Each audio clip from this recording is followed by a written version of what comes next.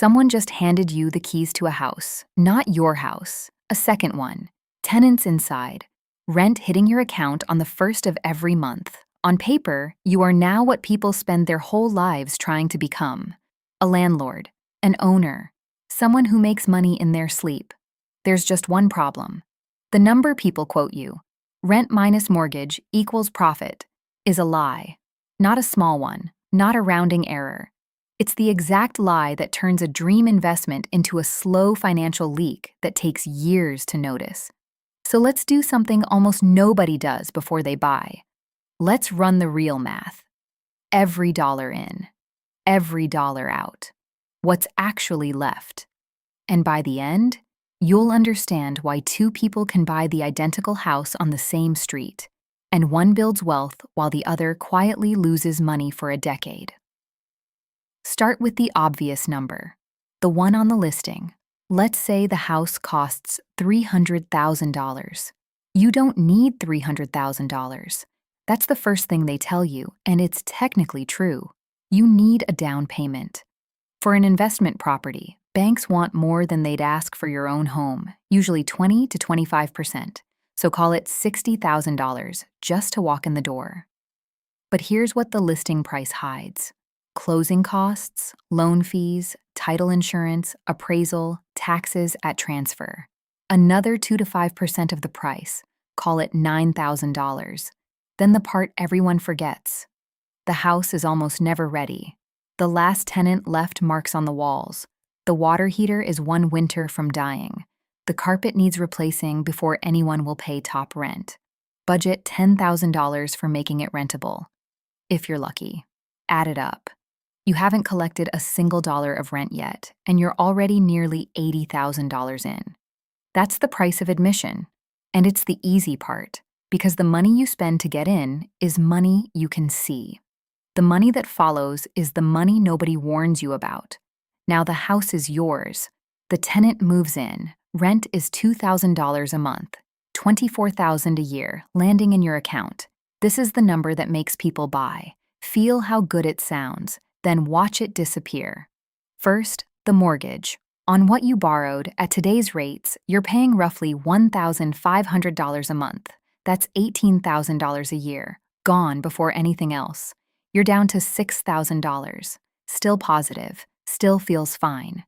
Now property taxes. Depending on where you are, easily $3,600 a year on a house like this. You're at $2,400. Insurance. Landlord policies cost more than regular homeowners. You're covering the building and the liability of strangers living in it.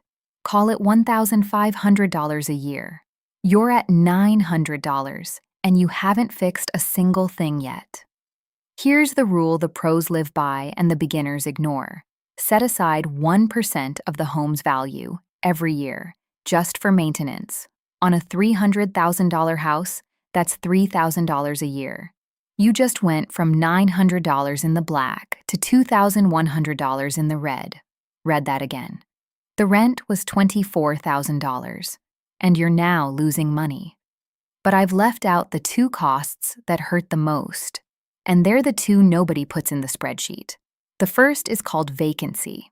No tenant stays forever. They move, they buy, they lose a job, they leave. And every month the house sits empty, the rent is zero. But the mortgage, the taxes, and the insurance don't pause. They keep pulling money out of a house that's putting nothing in. Even a good landlord budgets for 1 month empty per year. That's another $2,000 gone. Sometimes it's 2 months. Sometimes, in a bad market, it's 5. The second invisible cost is the one people are too proud to count. Your time. The 11 p.m. call about a burst pipe. The tenant who's 40 days late and won't answer. The weekend you spend interviewing applicants instead of living your life. You can pay a property manager to take that weight. They'll do it for about 8 to 10% of the rent. On $24,000, that's another $2,400 a year. Or you don't pay them, and you pay in something you can't get back. Either way, it's a cost. It was always a cost. It just never showed up on the listing. So where does that leave our house? The one that was supposed to make money in your sleep? Let's total it honestly.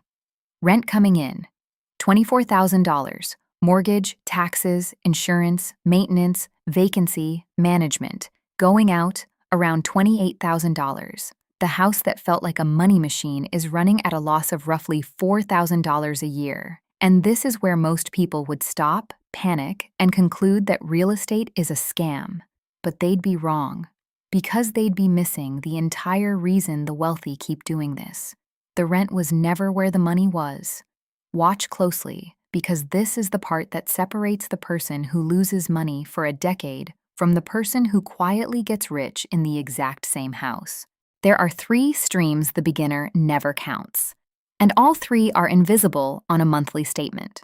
The first is the mortgage itself. Every month, part of that $1,500 payment isn't a cost at all. It's paying down what you owe. The tenant, with their rent, is slowly buying the house for you. In year 1, that might be $4,000 of the loan paid off, not by you, by them. Suddenly, your $4,000 loss is roughly break-even. Someone else is retiring your debt while you sleep. The second stream is appreciation. Historically, over long stretches, homes tend to rise in value. Call it a modest 3% a year. On a $300,000 house, that's $9,000 in a single year. You didn't earn it with your hands. Time earned it. The same way it did in the last video, in the boring index fund. The asset grew while you did nothing but hold it.